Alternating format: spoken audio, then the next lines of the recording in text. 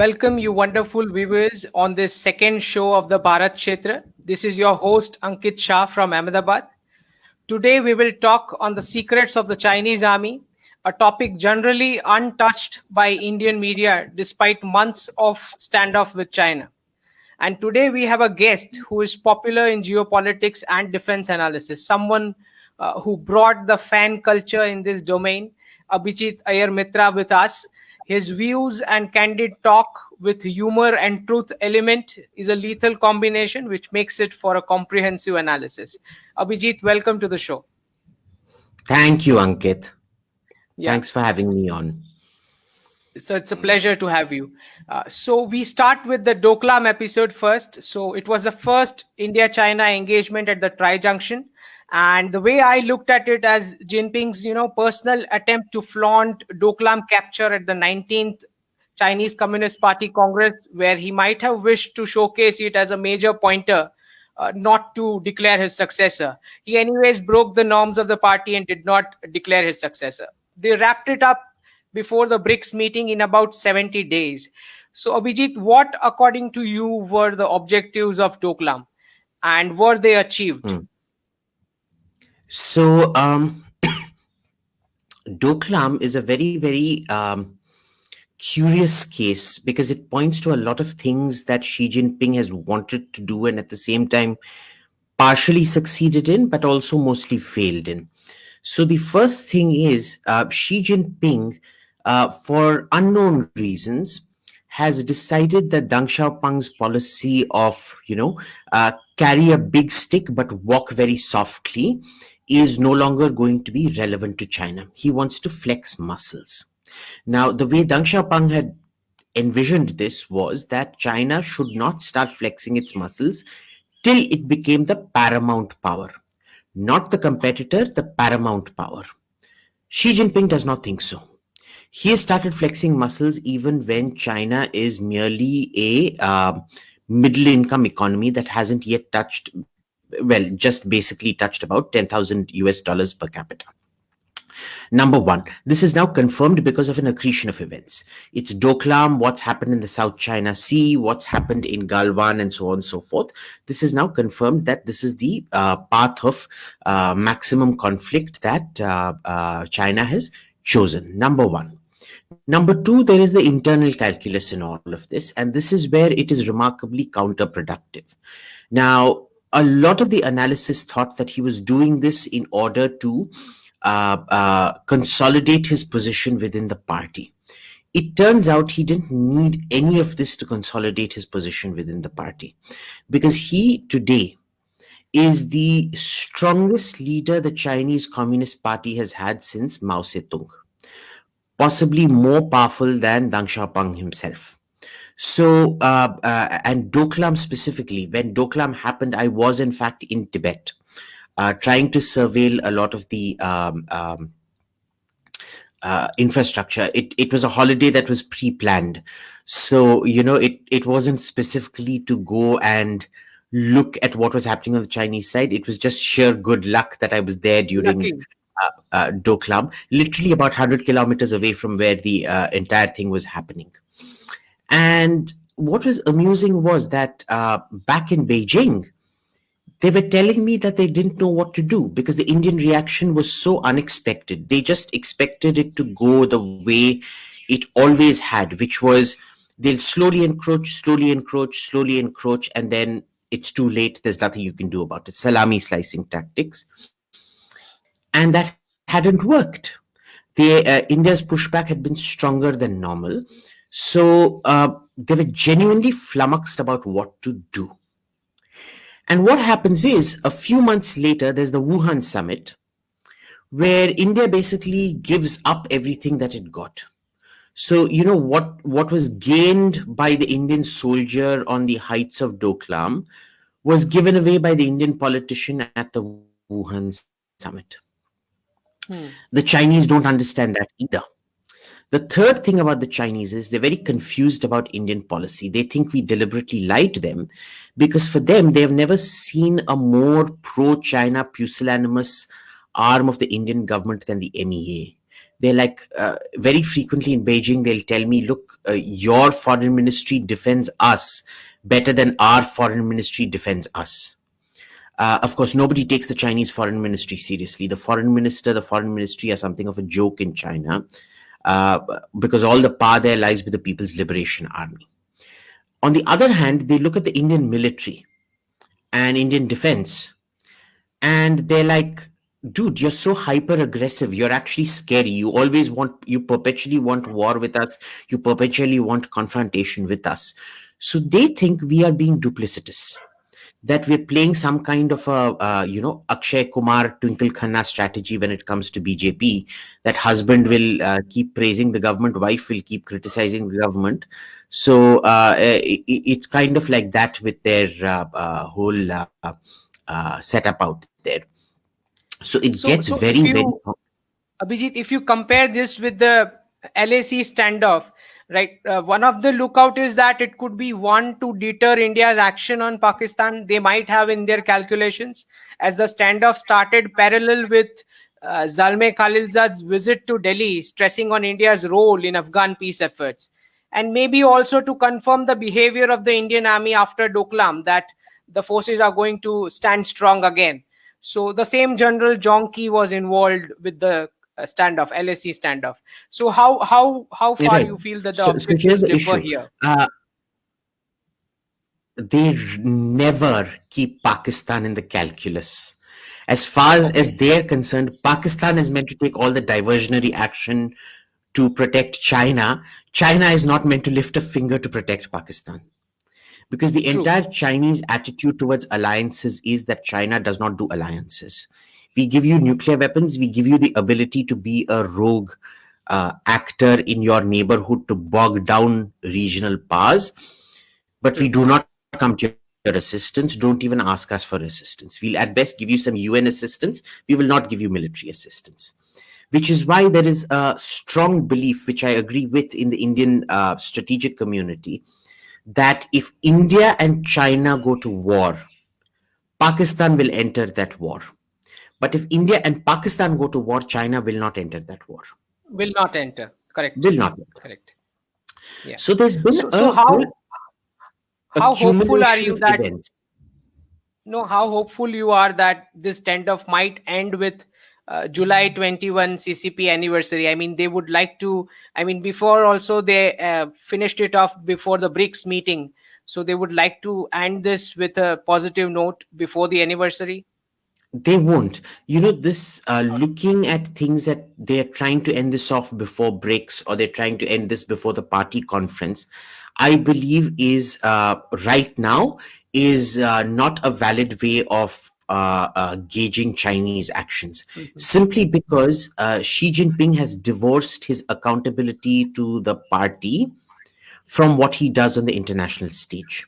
He has accumulated so much power that he no longer needs to have successes on the field or whatever to keep consolidating his position at home. It's very much like Mao Zedong. You can have a failed cultural revolution and still be paramount leader. You can have a failed great leap forward where millions of people die and still be the paramount leader, and so on and so forth. So he has divorced performance from accountability. So a lot of things we hear about, the Chinese army being the kung fu army, what they call it. So it is about, one of the information is that it's about 70% single child, and single child, even physiologically, in terms of height, weight, and endurance, the Chinese army is said not to have be at par with the other big one armies, and unfit for the army job psychologically. As a single child, their parents might implode the country from within in case of war with futile reasons. And also the PLA is aligned to CCP. The promotions and transfers are assumed to be political in nature, and there could be some faction in the army which could be linked with anti-Jinping leaders sitting in Beijing. Could that mean that some faction in the army might want to lose a war in case a full-fledged war happens? What is your take? Yes and no. I would urge a great deal of caution in taking most of these reports seriously, and I'll tell you why. If you remember, the Soviet army was also a political army, And yet, when the Germans invaded, there were lots of people, generals and officers in the Soviet army whose parents, whose families, whose entire families had been wiped out by Stalin.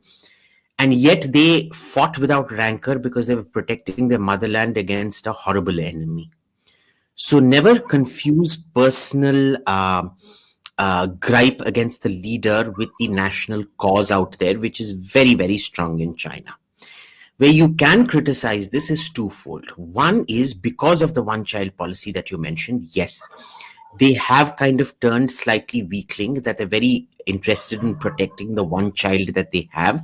So they've led sheltered lives with, PlayStations and things like that. It's quite one thing for Ram Singh, who's been the son of a farmer who's known a tough life, to go fight for his country. It's quite another for, say, Ram Sabarwal, who has grown up in number 1 or number 2 Aurangzeb Road or APJ Abdul Kalam Road in Delhi, to who's only known Ferraris and Lamborghinis his entire life, to go fight. Now, a lot of Chinese soldiers do come from a privileged background. The issue is they are never given the frontline fighting roles. Because of mommy and daddy, they're given all these cushy jobs.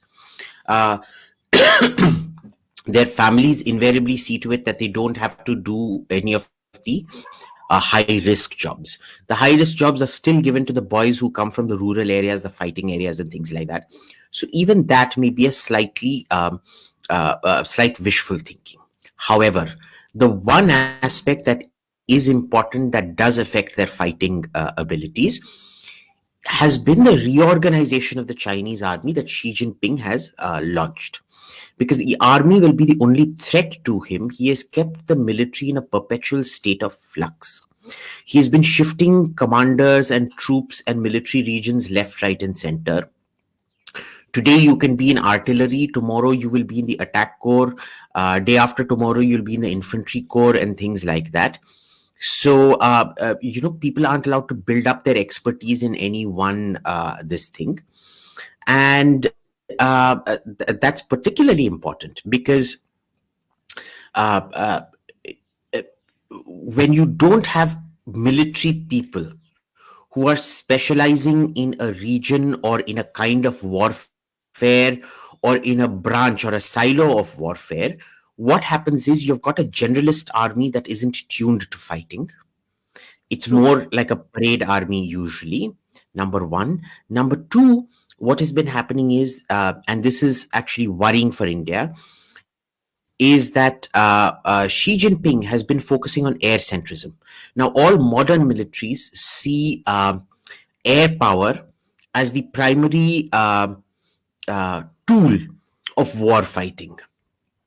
India only started transitioning to that with Balakot in Correct. 2019. Uh, China started that transition about 10, 12 years back. So they're way, way ahead of us in that score. So the issue is we're looking at the wrong edge of the stick. We're looking at the army when we should be looking at the Chinese Air Force. Air And Force. see, the thing about an Air Force is Air Force don't carry out coups. Armies carry out coups. It is ground forces that carry out coups. Air forces and navies do not carry out coups.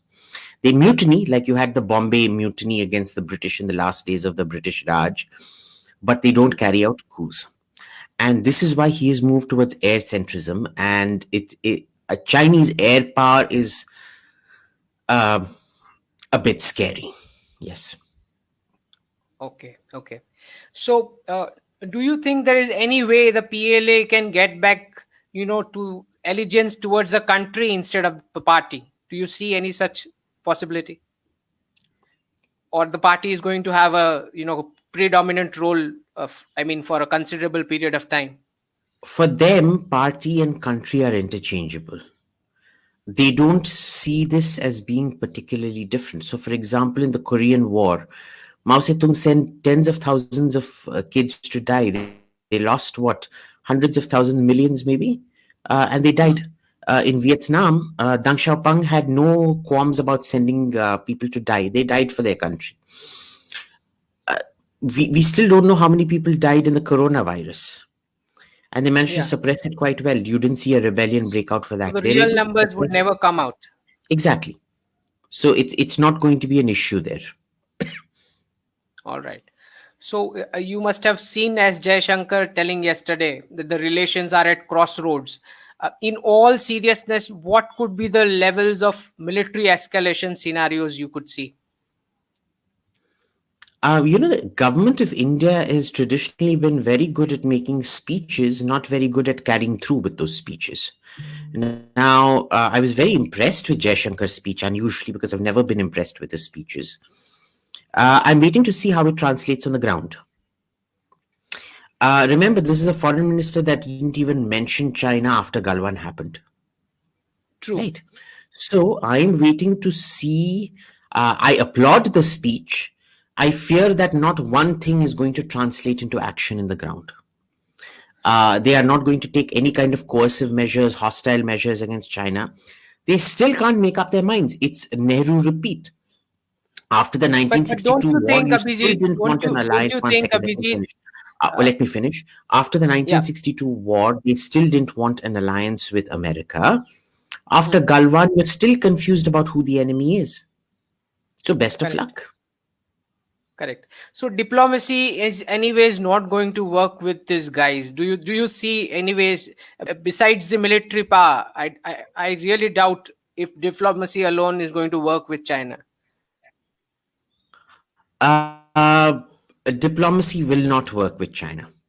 Yeah. And many people have tried this, and it gets into this wife bashing complex, that the wife keeps asking, what did I do to get bashed? Maybe if I had done something different, my beloved husband wouldn't have bashed me. The fact is, you're married to the wrong man, boss. It's just that. So China's like that. People always try to see reason into why China invaded them, thrashed them, killed them, whatever. There's usually never a reason for it. This is, unfortunately, with most countries, you can fairly accurately gauge where policy is going, why it's going. With China, you seldom can. You never can, in Correct. fact. So Correct. it's a waste of time even trying with China. True, true. So the way the time has stretched with the standoff, do you see both the countries taking the wars inside small nations? I mean, India might visibly strike, China-propped groups inside Myanmar this year anytime. Could they also attack Indian allies like Bhutan, land grab by PLA, something like that? And will what you think would be the Indian response in that case? Are we equally jubilant to secure Bhutan on ground? What do you think? I personally don't care much for Bhutan. China can go ahead occupy Bhutan for all I care. I think they deserve what they get. Remember, Bhutan is a country that ethnically cleansed its entire Hindu population. All right. True. People they claim are Nepalese who settled there in the 1800s. They just decided one fine day to go ethnically cleanse them. So if Bhutan goes under Chinese rule, I really don't see what the problem is. In I case also tactically PLA don't see tries, an issue. in case PLA tries a land grab in Bhutan, you see Indian reaction coming in terms I of suspect there will be defending them. some kind of an Indian reaction, but I also suspect that it won't be a very big reaction, and I'll tell you why. If you remember what happened just a few months back, where there was a Chinese village and a whole Chinese encampment discovered 9 kilometers inside Bhutan. Hmm. The Bhutanese ambassador in Delhi and the newspaper called The Bhutanese went out of their way to deny the Chinese were in their territory. And then finally, when we produced the satellite imagery, they're like, oh, yeah, okay, we're very sorry. They are in our territory. Now, when you have an ambassador and a official mouthpiece newspaper that are so hell-bent on self-delusion and denial, how do you save a country from its own self-delusion and denial? Okay, so Bhutan is one of those cases where they're in a dangerous loop of anti-Indianism at the moment, and I say let them be. Let them come under Chinese rule. I wish the Chinese on the Bhutanese, and I wish the Bhutanese on China. I think Bhutanese culture needs to be wiped out. I think Bhutanese Buddhism needs to be wiped out. I think their monastery should face the same thing that Jokhang monastery faced. I think their king needs to face the same thing the Dalai Lama faced. Good riddance to bad rubbish. I wish the People's Liberation Army all success in capturing Thimphu. Okay. What are the loopholes do you see in the Chinese Navy and Air Force vis-a-vis India and US? Like what would be the loopholes you are aware of in terms of machinery and So the technology? look, the great advantage that India has had over China for at least the last 20, 30 years is the fact that we have access to far, far, far superior technology than the Chinese do. Okay, Chinese submarines are still extremely noisy. All right. China's submarine technology is based on the earlier Kilo class submarines, which are 80s submarines essentially, which were very quiet for their generation, but there's a whole new generation of Western sonars that have developed to detect the Kilo class. And they've transferred the Kilo class technology onto their nuclear platforms and things like that, but they are still pretty damn noisy. When you talk to the French, when you talk to the Americans off the record, they'll tell you that we have no problems detecting Chinese submarines. They're fairly loud. Right. So this is one of the great advantages we have. The issue is we never exploit our advantages to the maximum. Okay. We don't single source certain things because under this really bizarre belief of strategic autonomy, of which we have none, we try to buy things from multiple sources which don't work together. It's like having an office setup where 10 computers work on Apple Pages, 10 computers work on Microsoft Word, and 10 computers work on some Unix open platform word substitute. Okay, because when you So try to combine all these computers, what all these fellows have done, you will have problems on any one computer combining Unix,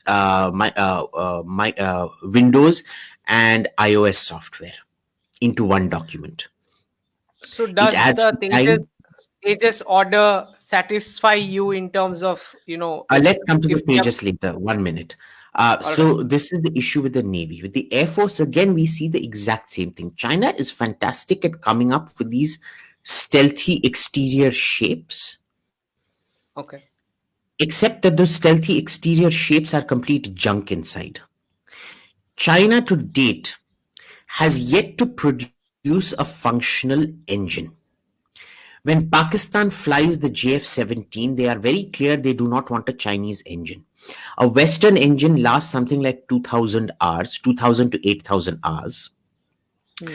A Russian engine, by comparison, lasts about 400 hours. Hmm. And look at the difference, 800, 8000 compared to 400. There's no comparison out here.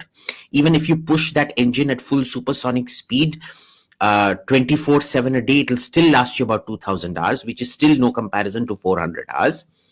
A Chinese engine, you are lucky if it lasts you 100 hours. On average, it lasts between 50 to 80 hours. That is how bad Chinese engines are. And that is why Pakistan has the RD-33 engines for their JF-17s, not the Chinese engines. So there's so much out here you can dissect. Now let's come to the Tejas. Yes. See, doing a cut paste of a good engine, a good radar doesn't make for a great aircraft. The question is, how do you integrate it? How do you do everything with it and all of that? It's a decent aircraft had this come out in the 1980s when it was meant to come out. Even in the 1990s, I would have said it's a pretty decent aircraft. If in 2020, when China is rolling out fifth generation fighters, if you're rolling out the first generation of your fourth generation fighter, there is something seriously wrong with you out here. The JF-17 has better product maturity. It has a much bigger range of weapons that it can use. Okay. Hmm. Uh, it has a much greater indigenous supply chain. Indigenous in the sense, if you consider Pakistan to be a continuum, the Pakistani military industrial complex to be a continuum of the Chinese one. With the Tejas, you don't. I'm still wondering, when a plane is 40% imported, what is the strategic autonomy? Now, I can argue that it makes good logistical sense to have a foreign engine, a foreign radar, because you can keep replacing them rapidly and so on and so forth. But then you need to improve the platform on which it is based. There are significant problems even with the platform. It was designed at a time when the smaller the size, the more agile the plane was. Today, even single engine fighters, you want them slightly larger because you need to fit more quadruplex redundancy equipment onto it and things like that, which it does not have the space for. You look at it purely from an industrial point of view. India's argument is it is going to make a smaller plane than Japan or Sweden and fit the same amount of electronics into it. Now, you're talking about Japan and Sweden that are electronic superpowers and superpowers at miniaturizing electronics, and India that has no experience in miniaturizing electronics.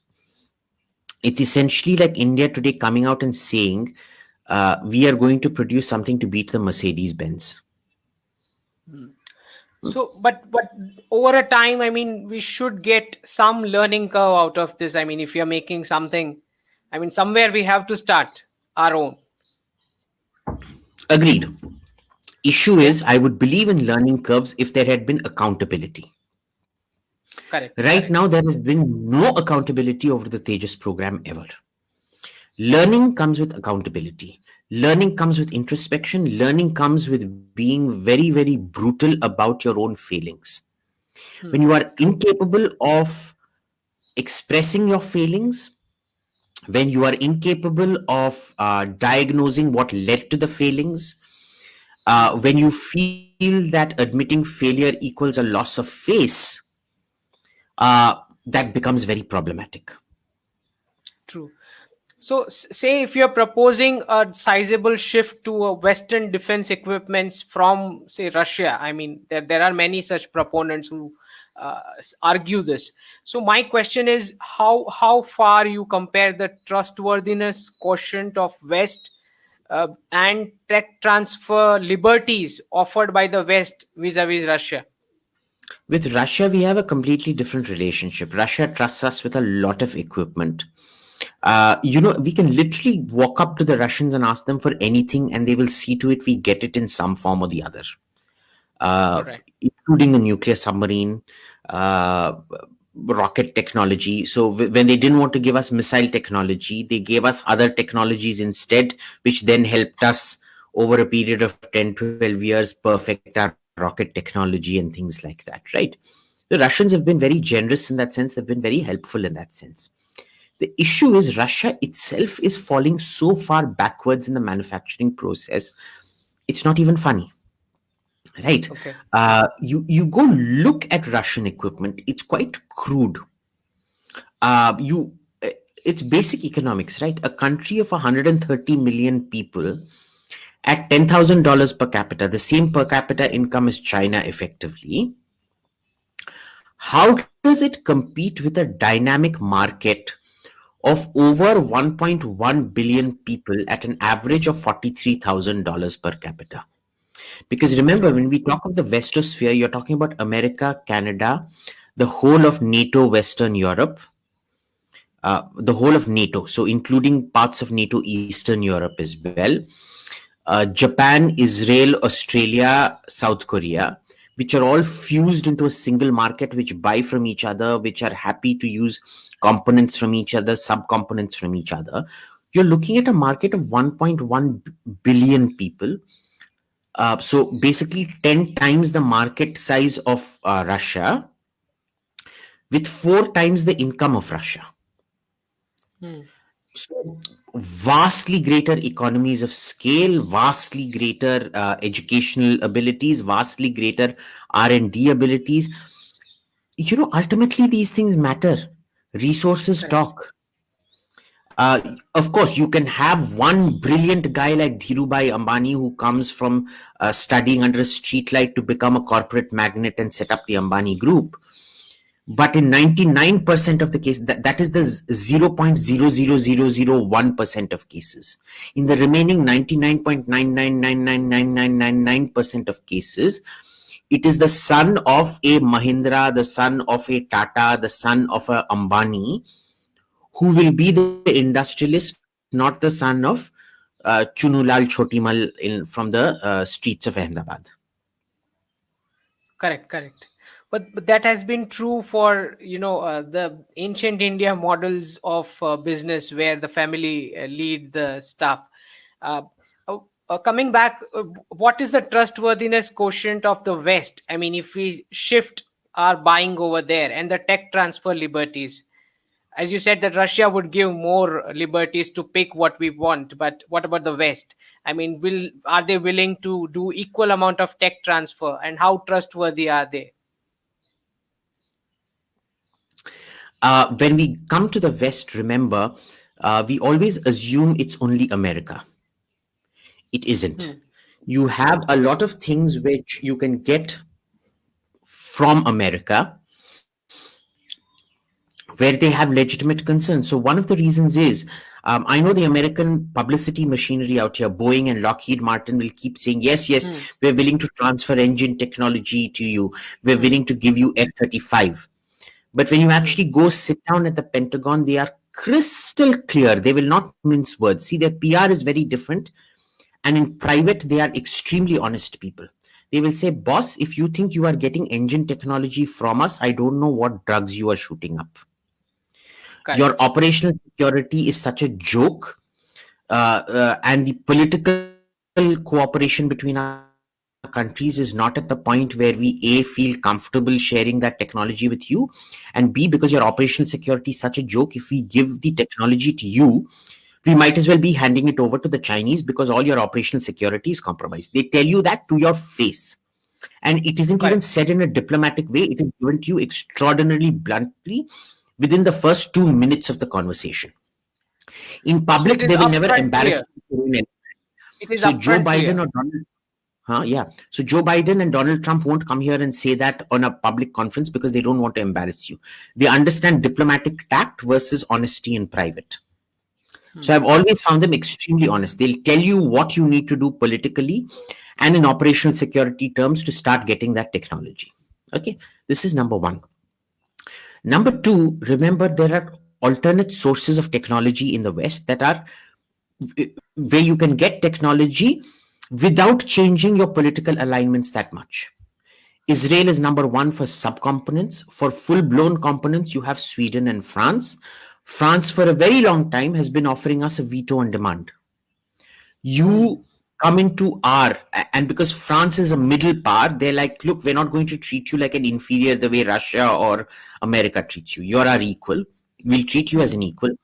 You buy into the French military industrial complex. You buy a 50% share in Arriva for nuclear reactors, we'll give you nuclear submarines. We'll give you the technology for our nuclear submarines, but you become full scale partners in it. You become full Hmm. scale partners in Dassault. You partner with the next generation of Dassault fighters to come. We'll give you that technology. Same with Sweden, right? With Sweden, they'll tell you, yes, Pratt and Whitney won't give you the because it's an American engine. We are not going to. Sorry, General Electric won't give you the engine technology because it's an American company. We are not going to go find and put an engine into the Gripen and destroy our industrial relationship with GE because industrial relationships work like friendships. They'll Hmm. be like, Ankit, तूने मेरे girlfriend को चुम्मा दी, तू धोखेबाज है, मैं तेरे साथ बात नहीं करूंगा. It's exactly like that. Tomorrow, if Correct. Gripen moves away from GE and puts a Rolls Royce engine in there, GE will be like, तूने मेरे को धोखा दिया, तूने उस लड़की उस रोल्स रॉयस को चुम्मा दिया, निकल मेरे घर से, kind of thing, right? True. So industrial relationships matter. So if India goes and tells Saab get the GE engine out of your Gripen and put in a Rolls-Royce engine, and give us and negotiate with Rolls-Royce that they give us a commitment for transferring that engine technology to us. Now, Rolls-Royce is one of the companies that's willing to transfer that technology. Correct. Just like France is willing to get SNECMA to transfer the French crystal blade technology to India. The issue is the French will not allow you to put the French engine onto the Gripen. Right? Because it's a Swedish plane. They want you to buy a French plane. Correct. So as long as you maneuver these things fine, you can get away with not buying too much American technology if you don't want that kind of political union with them. But remember that political union comes with a lot of benefits and advantages. You're basically outsourcing the need for you to collect, duplicate ruinously expensive intelligence complexes. Right. Even countries like Britain and France have not found the need to duplicate all of this. Japan has not found the need to duplicate all of this. They're very comfortable living off American intelligence, and they get the kind of intelligence that we in India can't even dream of. So are there trade-offs? Of course there is. Part of life is you can't do Frankie Sinatra saying, I did it my way. True. Growing up is adjusting with your ecosystem and your environment. जब हम बच्चे हैं हम सब नंगा घूमते हैं, पर जब हम बड़े हो जाते हैं यू कांट से देखो मेरे को साउथ ब्लॉक में मेरे को IAS नहीं बनाया क्योंकि they don't accept my Jain lifestyle of roaming around naked 24/7. Correct. How many people do you know are allowed to practice a nudist lifestyle in the IAS? Do you think you will ever have a nudist president of India or a nudist prime minister of India? No. Zero. So I find this thing, you must accept 100% of all the components of my strategic autonomy and give me what we want, the equivalent of a fellow who grew up in a nudist lifestyle saying that you have to make me prime minister of India without judging me for being a nudist. So customer is not going to be the absolute king over here in these deals, right? All right. No. So coming back to China, I mean, how do you see? I mean, Also, yeah. To remember, you are also not the king when it comes to your relationship with Russia. Huh? True. There are also political trade-offs there. Never forget that. People tend to True. forget so easily that Russia also requires certain political trade-offs. Correct. So coming back to this China thing, I mean, people see Indian Ocean as the real battlefield. Do you think Chinese Navy aiming at, Andaman, that kind of strikes or something, I mean, in a decade or so or something like that? Indian Ocean. The Indian Ocean should be the real battlefield. It isn't. And, this shows you the sort of myopia we're getting into. The battlefield should not be the Malacca Straits. The battlefield should be the South China Sea. Now, if you remember what America did when America and the USSR were at loggerheads, they shared a direct border in Alaska, right? Alaska facing the Russian Far East over the Bering Straits. Yet, you never saw military buildups out there. There were very few, very far between. There was never any proper showdown in the Bering Sea or the Bering Straits. All the showdowns used to happen in Europe and Germany. Yet with India, what happens is all the showdowns either happen on Indian territory, on Indian waters near the Malacca Straits or in the Himalayas. You need to turn the South China Sea into your Fulda Gap. You need to turn the South China Sea into your Germany. And you need to turn the Himalayas and the Malacca Straits into your Bering Sea. That's not happening out here. We are basically trying to create this thing where they keep challenging us on the Malacca Straits. We create this thing where they're trying to challenge us in the Himalayas. You can't allow that. The safety and security of the Malaccas and the Himalayas lies in the South China Sea. The more aggressive you get in the South China Sea, the more and more you will find that they will have to take a back seat in the Himalayas and the Malaccas. We don't do that. We are not carrying the fight to them. They are carrying the fight to us. The Quad has to push it into South China Sea so that the focus does not come to the Indian No, no, the Ocean. Quad doesn't have to push it. The Quad is very clear about this.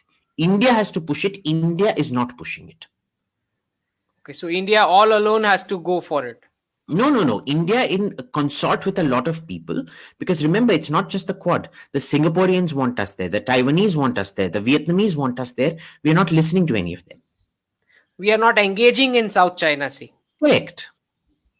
Correct. So that should have been the focus, right? So thank you, Abhijit, for your insights. We will love to have you again on the show. It's a pleasure to hear your thoughts. Thank you so much. Thank you for having me on the show, Ankit. Pleasure talking to you. Yeah. So we will discuss China's concept of unrestricted warfare and Chinese Communist Party's internal politics in the coming shows. The idea of fifth generation hybrid warfare, which has a lot to do with the kind of fake farmers protests that we saw, and how are these supported by the left parties linked to China. So stay tuned to see the kind of challenges India faces on its path to a reformist $5 trillion economy. As we see that, my belief is that a nation does not break at the border. It breaks when the civilization and the cultural identity is struck from within. So stay tuned with us. Subscribe the BHAARAT Kshetra YouTube channel. Jai Hind.